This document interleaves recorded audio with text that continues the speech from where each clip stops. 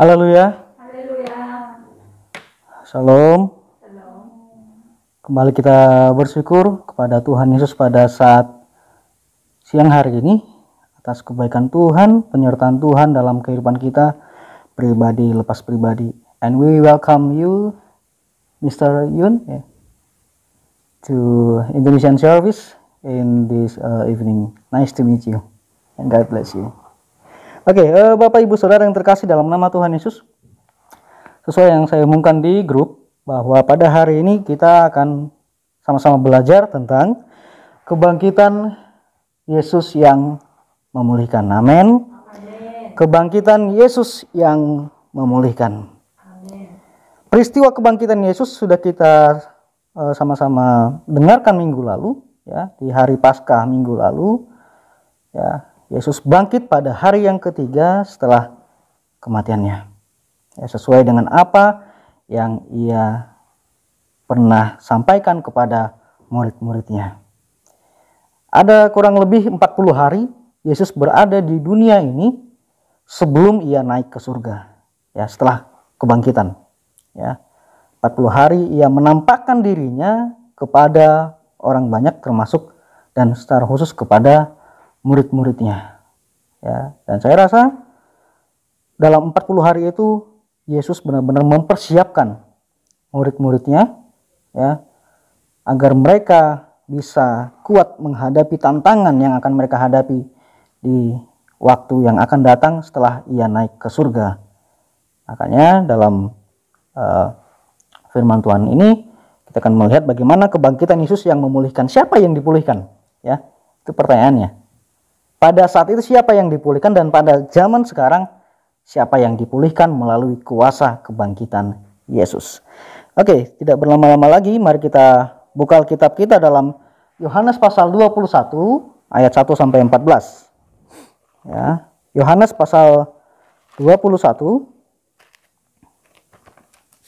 ayat 1 sampai 14. Yang sudah mendapatkan ayat ini sama-sama katakan amin. Haleluya. Yohanes pasal 21 ayat 1 sampai 14. Begini firman Tuhan, Yesus menampakkan diri kepada murid-muridnya di pantai Danau Tiberias. Kemudian Yesus menampakkan diri lagi kepada murid-muridnya di pantai Danau Tiberias, dan ia menampakkan diri sebagai berikut. Di pantai itu berkumpul Simon Petrus, Thomas yang disebut Didimus, Nathanael dari Kana yang di Galilea, anak-anak Zebedius, dan 2 orang muridnya yang lain. Kata Simon Petrus kepada mereka, "Aku pergi menangkap ikan." Kata mereka kepadanya, "Kami pergi juga dengan engkau." Mereka berangkat lalu naik ke perahu, tetapi malam itu mereka tidak menangkap apa-apa. Ketika hari mulai siang, Yesus berdiri di pantai, akan tetapi murid-murid itu tidak tahu bahwa itu adalah Yesus. Kata Yesus kepada mereka, "Hai anak-anak, adakah kamu mempunyai lauk pauk?" Jawab mereka, "Tidak ada." Maka kata Yesus kepada mereka, "Tebarkanlah jalamu di sebelah kanan perahu, maka akan kamu peroleh." Lalu mereka menebarkannya, dan mereka tidak dapat menariknya lagi karena banyaknya ikan. Maka murid yang dikasihi Yesus itu berkata kepada Petrus, "Itu Tuhan." Ketika Petrus mendengar bahwa itu adalah Tuhan, maka ia mengenakan pakaiannya, sebab ia tidak berpakaian, lalu terjun ke dalam danau. Murid-murid yang lain datang dengan perahu karena mereka tidak jauh dari darat, hanya kira-kira 200 hasta saja, dan mereka menghela jala yang penuh ikan itu. Ketika mereka tiba di darat, mereka melihat api arang dan di atasnya ikan dan roti. Kata Yesus kepada mereka, "Bawalah beberapa ikan yang baru kamu tangkap itu." Simon Petrus naik ke perahu lalu menghela jala itu ke darat penuh ikan-ikan besar, 153 ekor banyaknya, dan sungguh pun sebanyak itu jala itu tidak koyak. Kata Yesus kepada mereka, "Marilah dan sarapanlah." Tidak ada di antara murid-murid itu yang berani bertanya kepadanya, "Siapakah engkau?" Sebab mereka tahu bahwa ia adalah Tuhan. Yesus maju ke depan, mengambil roti dan memberikannya kepada mereka, demikian juga ikan itu. Itulah ketiga kalinya Yesus menampakkan diri kepada murid-muridnya sesudah ia bangkit dari antara orang mati. Puji Tuhan. Ya. Perikop ini menjelaskan tentang Yesus yang menampakkan dirinya kepada murid-muridnya. Dan pada saat ini kita akan belajar tentang satu tokoh ya dari para murid ini yang bernama Simon Petrus. Ya, Simon Petrus yang mengalami ya pemulihan dari Tuhan. Ya, yang mengalami pemulihan dari Tuhan pada saat Yesus menampakkan dirinya di Danau Tiberias saat itu. Nah, Bapak Ibu Saudara yang terkasih dalam nama Tuhan Yesus, kita mau lihat siapa sih Simon Petrus itu. Ya, terlebih dahulu kita akan lihat siapa itu Simon Petrus. Ya. Simon Petrus adalah seorang nelayan atau penjala ikan. Simon Petrus merupakan salah satu dari antara murid-murid yang pertama yang dipilih oleh Yesus.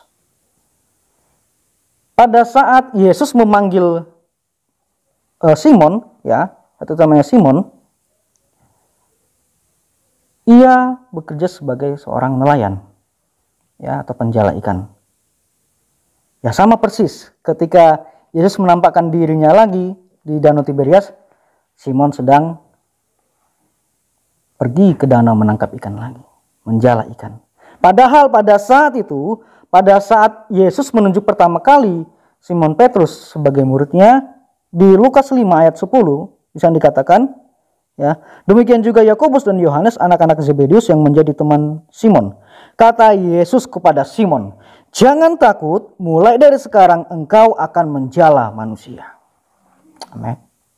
Ya. Ini pertama kali Yesus memilih Simon yang akhirnya disebut sebagai Petrus, ya,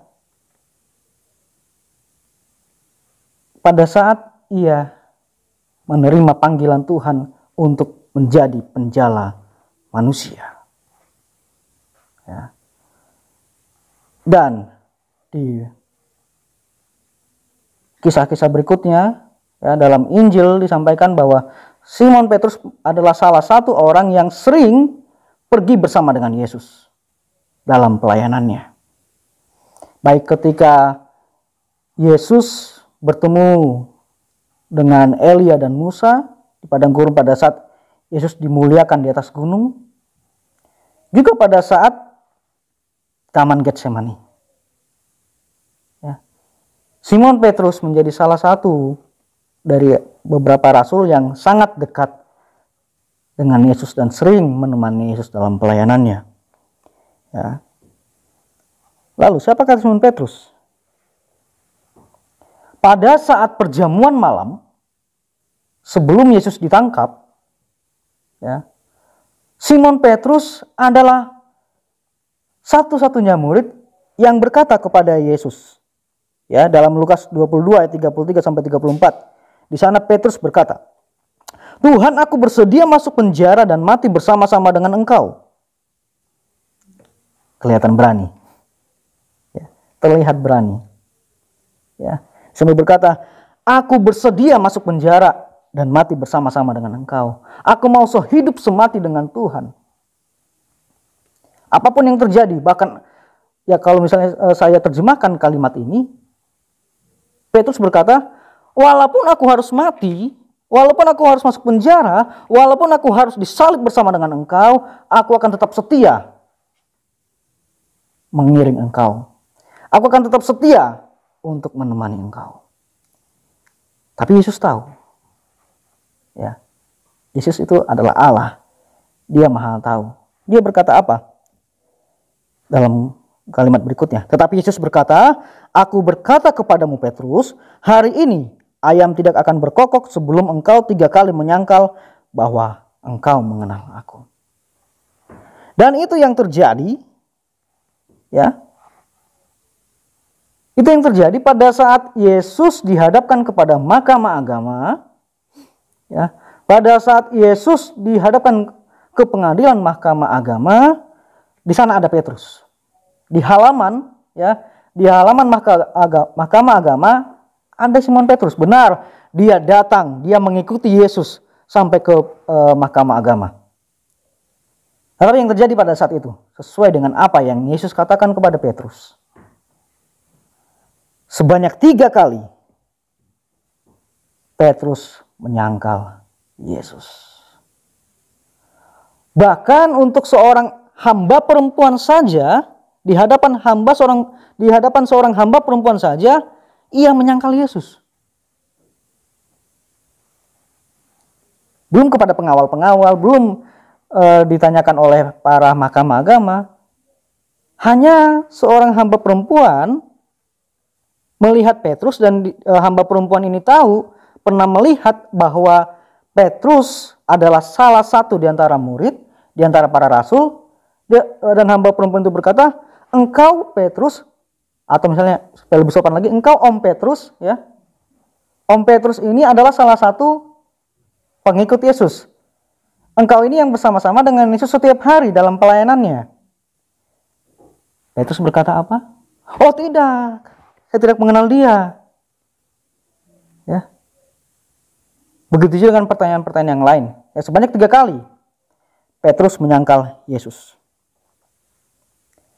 Makanya di ayat 20 di Lukas 22 ayat 61 sampai 62 di sana dikatakan apa? Lalu berpalinglah Tuhan. Ya, pada saat itu Yesus sedang didudukkan di halaman mahkamah agama, dan pada saat ketiga kalinya Petrus menyangkal dia, Yesus memandang Petrus, dan saat Yesus memandang Petrus, di situ ia teringat bahwa Tuhan telah berkata kepadanya, sebelum ayam berkokok pada hari ini, engkau telah 3 kali menyangkal aku.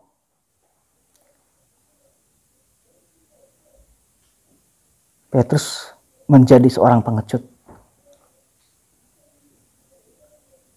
Beberapa jam sebelumnya, dengan gagah berani ia berkata, sampai mati pun aku akan mengikuti Yesus. Bahkan sampai disalib pun aku akan mengikuti Yesus. Walaupun aku harus menderita bersama dengan Yesus, aku akan tetap berada di sisi Yesus. Namun nyali itu ciut ketika sudah diperhadapkan kepada sebuah pertanyaan. Engkau adalah salah satu di antara mereka. Bukankah engkau adalah murid Yesus? Nyali Petrus menjadi ciut. Namun ada satu sikap yang positif dari Petrus dibandingkan Yudas yang mengkhianati Yesus. Di kalimat terakhir dalam Lukas 22 ayat 61 sampai 62 di sana dikatakan, lalu ia pergi, itu Petrus. Lalu Petrus pergi, ya saya garis bawah di situ. Lalu Petrus pergi keluar dan menangis dengan sedihnya. Petrus menyesali perbuatannya yang telah menyangkal Yesus. Ini yang membedakan dia dari Yudas. Sementara Yudas setelah ia mengkhianati Yesus, ya, ia kembali ke mahkamah agama untuk bernegosiasi supaya Yesus dilepaskan, sambil ia ingin mengembalikan uang 30 keping perak itu, tapi ditolak oleh mahkamah agama. Lalu yang terjadi berikutnya adalah Yudas menggantungkan diri. Ya. Tapi di sini dengan jelas di sana dikatakan, lalu Petrus pergi keluar dan menangis dengan sedihnya. Ia menangisi, ia menyesali penyangkalan terhadap Yesus. Ia menangisi dirinya.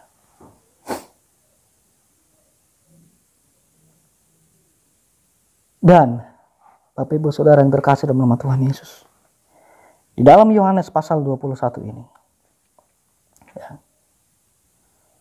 Yesus kembali menampakkan dirinya kepada murid-murid, ya, khusus kepada murid-murid yang ada pada saat itu. Dan kita melihat bagaimana pemulihan yang terjadi dalam diri Petrus setelah Yesus bercakap-cakap secara pribadi kepada Petrus. Dalam ayat berikutnya, kita tinggalkan perikop ini, ya. Ayat 15 sampai 19. Di sini ada percakapan pribadi antara Yesus dan Petrus. Ya. Ketika selesai makan, ya. Kan tadi di ayat 21, ya, di pasal 21 ayat 1 sampai 14 tadi, di sana masih rame-rame, ya. Di sana masih rame-rame, mereka makan bersama, dan setelah makan Yesus mendekati Petrus. Ya, Yesus mendekati Petrus. Kira-kira apa yang Yesus sampaikan kepada Petrus? Apakah Yesus akan berkata, ternyata engkau pengecut, Petrus. Kau menyangkal aku 3 kali pada saat aku di mahkamah agama. Apakah Yesus berkata seperti itu? Dalam perbincangan itu, ya, kita mau lihat ternyata Yesus mendekati Petrus secara pribadi dengan dialog dengan seperti seorang sahabat, ya, dialog seperti seorang sahabat. Mari kita lihat di pasal 21 ayat 15, dan sampaikan sesudah sarapan, ya, sesudah sarapan dengan murid-murid yang lain, Yesus berkata kepada Simon Petrus. Dan di sini para penafsir memberikan pendapatnya bahwa Yesus memanggil Simon Petrus secara pribadi. Jadi tidak di antara murid-murid yang sedang berkumpul. Ya. Makanya ada dialog ini. Di sana dikatakan Simon, anak Yohanes. Ada kata yang menarik, ya, ada panggilan yang menarik yang Yesus sampaikan di ayat ini.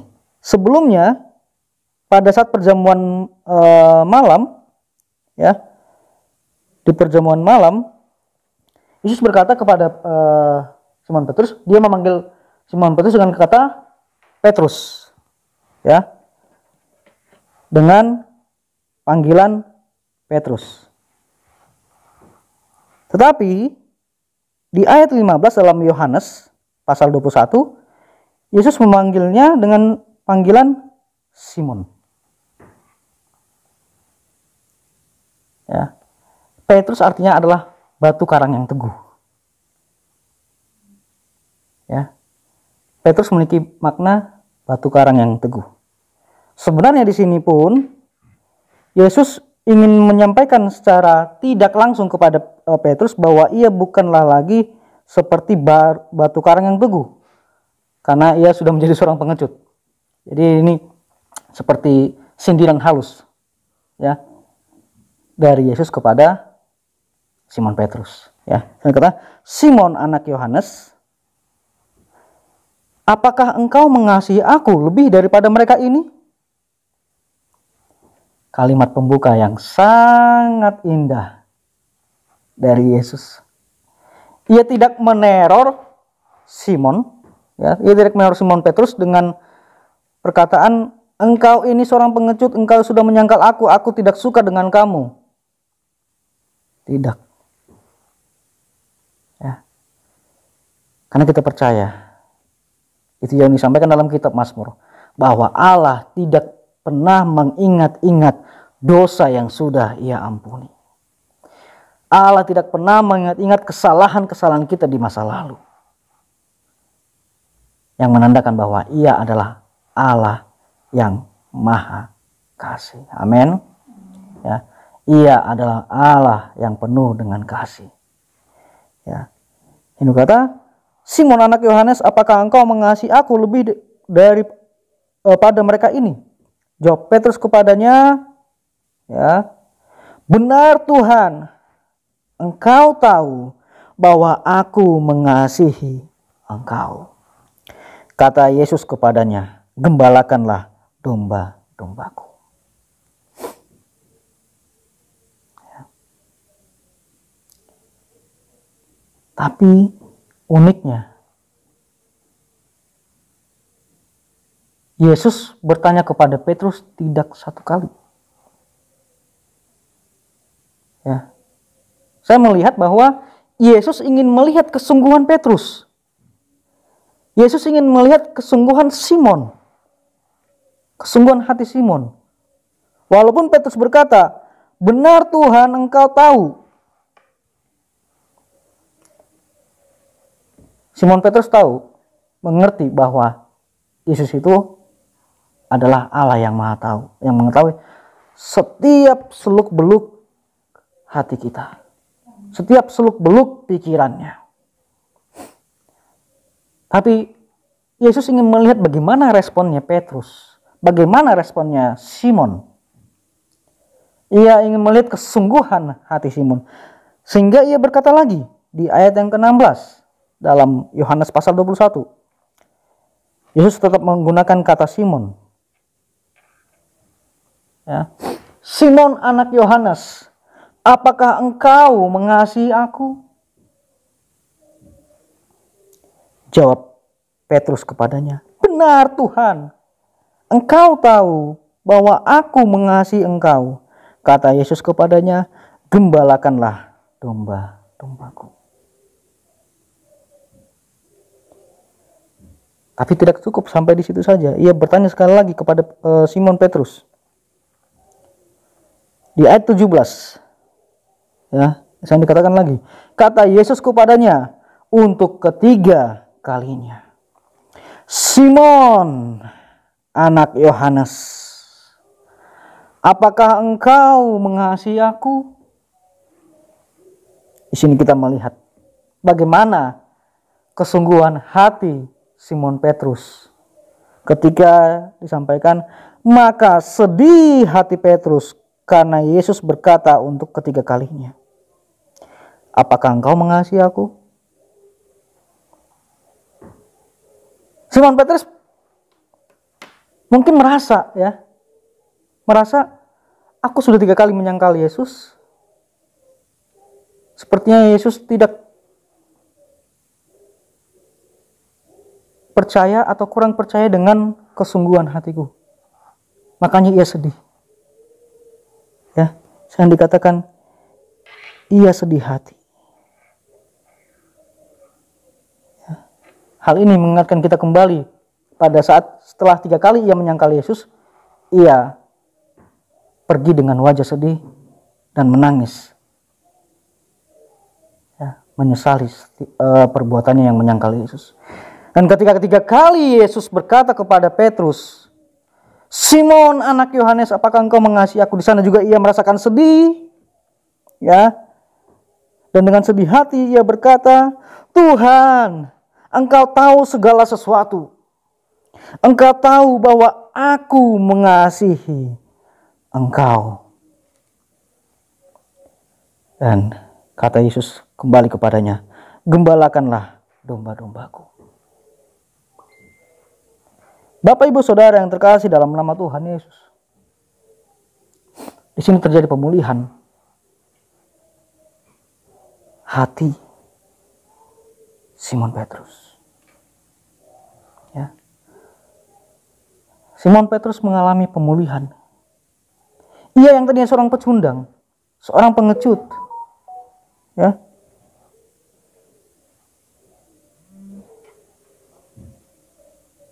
Namun ketika Yesus mendekati dia secara pribadi, ia berkata sebanyak 3 kali, "Engkau tahu bahwa aku mengasihi engkau. Engkau tahu segala sesuatu. Engkau tahu hatiku bahwa aku mengasihi engkau."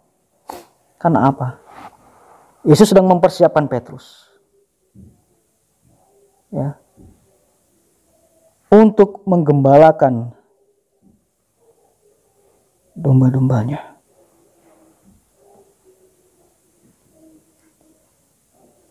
Karena pada akhirnya kita tahu dalam Kisah Para Rasul, ya, pada saat hari Pentakosta, pada saat hari tercurahnya Roh Kudus kepada murid-murid, dan banyak orang mengolok-olok mereka yang ada di loteng Yerusalem. Kita bisa lihat di sana, siapakah yang berani? Ya, siapakah yang berani untuk memberikan argumen, memberikan pendapat, ya, membela para murid pada saat itu? Dalam Kisah Rasul pasal 2 ayat 14 sampai 16. Di sana dikatakan, maka bangkitlah Petrus, berdiri dengan ke-11 rasul itu, dan dengan suara nyaring ia berkata kepada mereka, hai kamu orang Yahudi dan kamu semua yang tinggal di Yerusalem, ketahuilah dan camkanlah perkataanku ini.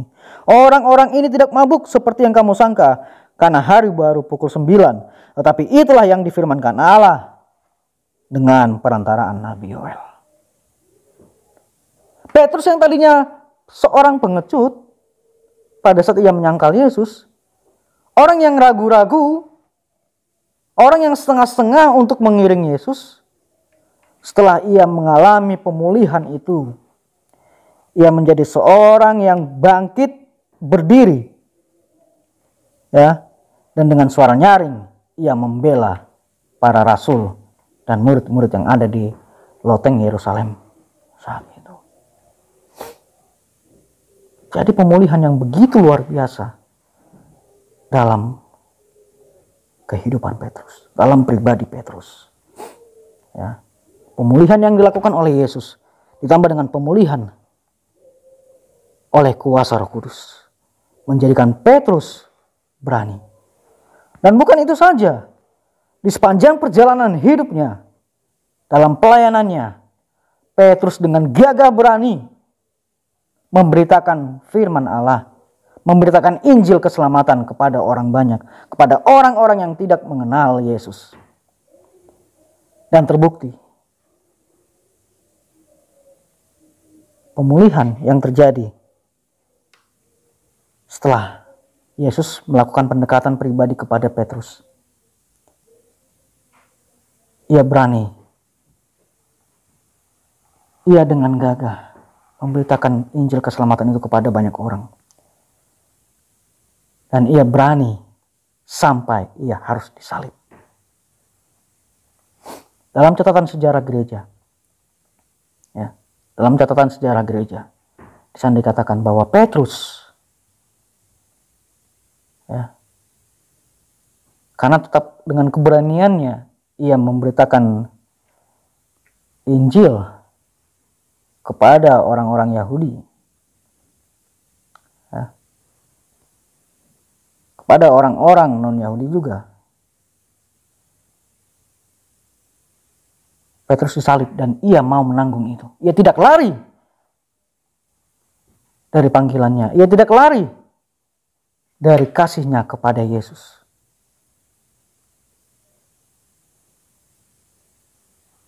Bapak Ibu Saudara yang terkasih dalam nama Tuhan Yesus, hari-hari terakhir ini banyak orang mengingkari imannya. Banyak orang menyangkal imannya karena kesusahan hidup, karena problem dalam keluarga, problem dalam pekerjaan, problem dalam berbagai aspek kehidupan. Orang menyangkal imannya. Banyak orang yang meninggalkan Yesus, meninggalkan ibadah, bukan karena sebuah aniaya, tapi karena kenyamanan hidup.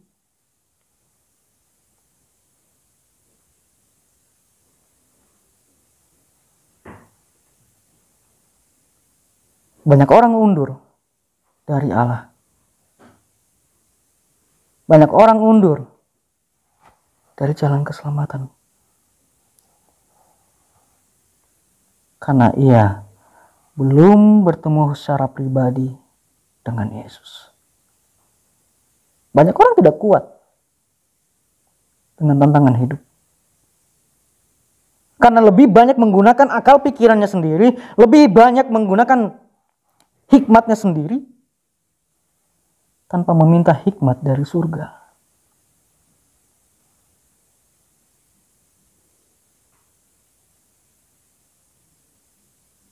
Namun hari ini kita belajar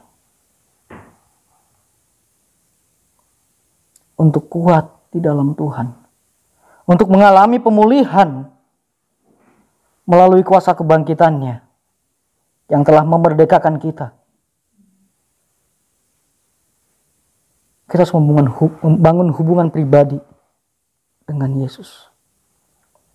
Membangun hubungan pribadi dengan Allah. Terbentuk dalam sebuah komunitas orang percaya. Sehingga kita bisa saling menguatkan. Kita bisa saling menopang. Dan kita tetap kuat dalam pengiringan kita kepada Tuhan. Amin. Pemulihan tidak akan pernah terjadi dalam hidup kita kalau hati kita tidak mau terbuka kepada Tuhan. Kalau hati kita tertutup dengan firman Tuhan.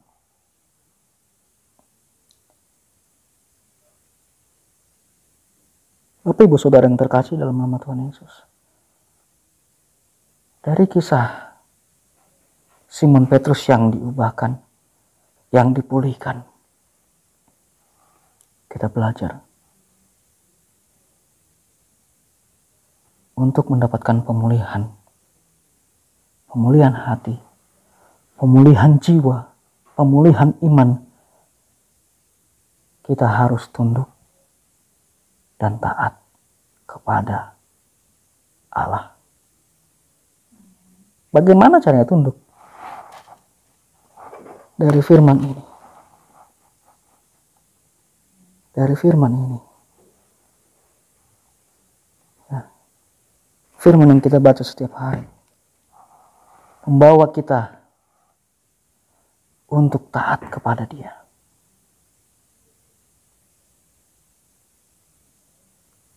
Mengenal Allah melalui kebenaran firman. Mengenal pribadi Yesus dari kebenaran firman. Dan dari sana kita bisa banyak belajar dari berbagai tokoh Alkitab yang menjadi saksi-saksi iman agar hidup kita dipulihkan setiap hari. Kebangkitan Yesus akan memulihkan hidup kita, amin. Kebangkitan Yesus akan memulihkan iman kita, amin. Jangan berpuas diri kita menjadi orang Kristen. Kita yang sudah menerima Yesus sebagai Tuhan dan Juru Selamat tidak berpuas diri pada level itu saja. Kita harus lebih lagi dibentuk dan dibentuk. Dibentuk melalui seluruh peristiwa yang terjadi dalam hidup kita. Apakah dalam bentuk penderitaan, pergumulan, atau lewat berkat-berkat yang kita terima.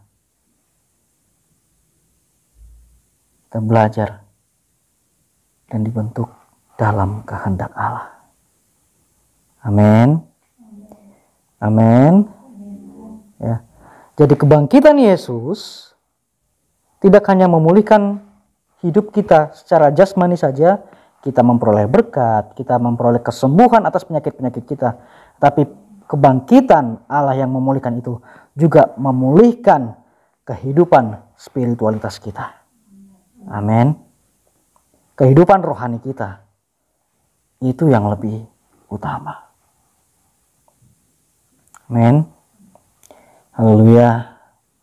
Bapak Ibu Saudara yang terkasih dalam nama Tuhan Yesus. Kita mau belajar dari firman ini. Hidup kita mau dipulihkan setiap hari, setiap saat. Kehidupan spiritualitas kita mau diubahkan, dipulihkan setiap saat. Agar kita menjadi sempurna. Ya. Berjalan dalam kehendak Allah. Puji Tuhan, ini firman Tuhan yang saya dapat sampaikan pada hari ini. Hari Bapak Ibu Saudara yang dikasihi oleh Tuhan Yesus, Jemaat Ibadah Indonesia Gereja Yoyuda Full Gospel, izinkan Tuhan membentuk hatimu, izinkan Tuhan memulihkan hidupmu, memulihkan spiritualitas dirimu, sehingga tetap berjalan dalam kehendak Tuhan. Mari kita berdoa. Bapa dalam surga, Bapa yang kami kenal di dalam Tuhan Yesus Kristus,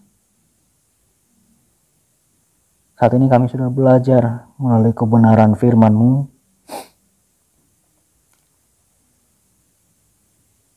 bahwa kebangkitan-Mu memulihkan hidup kami. Kebangkitan-Mu membawa kebangkitan iman di dalam hidup kami, melewati setiap masa-masa dan musim kehidupan kami. Kiranya kuat kuasa Roh Kudus yang selalu menopang kami, menolong kami berjalan dalam kehendak Allah, membentuk hidup kami seturut dengan kebenaran firman-Mu, sehingga kami menjadi jemaat yang dewasa, menjadi orang-orang percaya yang bertumbuh dan berbuah di dalam kehidupan kami. Terima kasih Tuhan Yesus, kami sudah menerima firman-Mu dalam nama Tuhan Yesus Kristus. Haleluya. Amin, amin, amin, amin. Tuhan Yesus memberkati.